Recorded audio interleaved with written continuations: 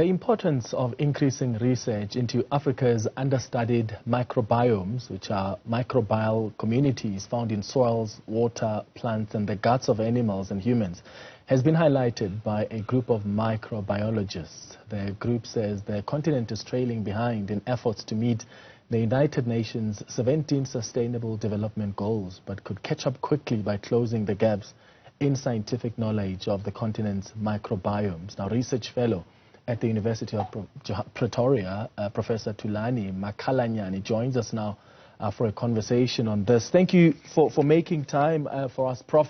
How do we fare as the continent when it comes to scientific knowledge of microbiomes?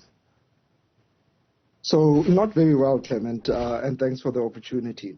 So when you look at the current publications that have been published on microbiomes, if you do a search, you'll see well over 80,000 papers that have been published in the last year. When you include Africa in that search term, the number goes down to 400. So as you can see, there's a real sharp knowledge deficit regarding our knowledge of African microbiomes. Mm-hmm. Why is it important, Prof, for this kind of knowledge and research to increase, especially on the continent? And what are the consequences of not doing sufficient research into this? Yeah, so microbial communities essentially control all aspects of life. You will be very aware of the virus that controlled our life in the past few years, COVID. That's just one specific member of the microbial community or a microbiome. There's literally millions of microbial communities in every environment that you search. Some of them are bad, but the vast majority of them actually give us what we call good ecosystem services. So they provide, good services like probiotics, for example, that are found in fermented foods. So we know that African systems are a lot more diverse compared to other systems. When you look at us as humans, our guts tend to be dominated by different microbiomes compared to looking at European populations. So when you think that most of the research has been done on people in the global north and very little is known regarding African microbiomes, it means that we cannot do things like aim to have precision medicine that are tailored specifically for Africans. Okay. How do we close the gap then? What needs to be done for this research into microbiomes to increase? Yeah, so we've called for what we say are the three pillars for increasing microbiome research in Africa. The first of these pillars is having coordinated networks of African scientists that come together to reduce the knowledge deficit regarding African microbiomes. The first is that these networks will push for increasing the publications and writing policy documents informing members of the public, firstly, why it's important to study African microbiomes. And the third pillar is to increase the development of infrastructure that are linked towards looking at microbiomes. So one of the things that we require, for instance, is having capacity for genomic sequencing.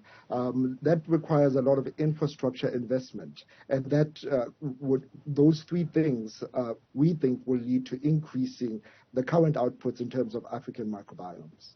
Uh-huh. And is there a reason, Prof, why African biomes have been neglected? Because previously you've had this research that's disproportionately focused on more the global north countries. Yeah, so there's a lot of reasons, Clement. So I've talked about the fact that we don't have infrastructure. That's one reason. In order to look at these microbial communities that I'm telling you are very numerous in any ecosystem, it means that you have to sequence the microbiomes. Sequencing them was, up until recently very expensive, and most people in Africa and our labs could not afford it. So the costs have come down, which means that it's a good opportunity now to start increasing the pace of looking at African microbiomes. Okay. Let's look at things like, let's say, the analysis of agriculture in Africa, because it often reveals, generally low productivity compared to developed countries. Could this have something to do with, biotic and abiotic factors? Yeah, so we know there's a range of reasons, right, that could lead to increased agricultural productivity. So microbiomes are really important because we know that there are specific microorganisms that take part in what are known as plant microbe interactions. So things like plant growth promoting rhizobia are important to help plants fix nitrogen, right? Which essentially leads to them becoming more productive and then leading to us having food. So the fact that we don't know a lot in terms of what type of microbiomes are in African soils, that is something that could be very serious. For example, we know that there's an increase in what are known as antimicrobial resistance genes, and depending on the type of agriculture, we might be putting in things into some of the animals or even some of the plants that might lead to antimicrobial resistance. But at this current stage, we essentially know very little regarding what's happening in African agricultural soils or also in animals that we use for agricultural purposes.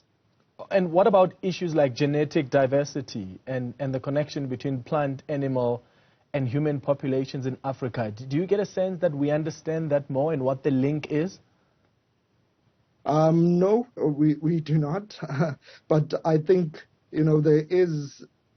there is some insight that we can gain from studies that have been conducted abroad.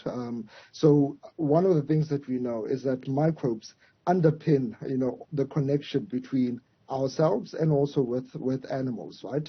If you look at pathogens, for instance, microbes that make us sick.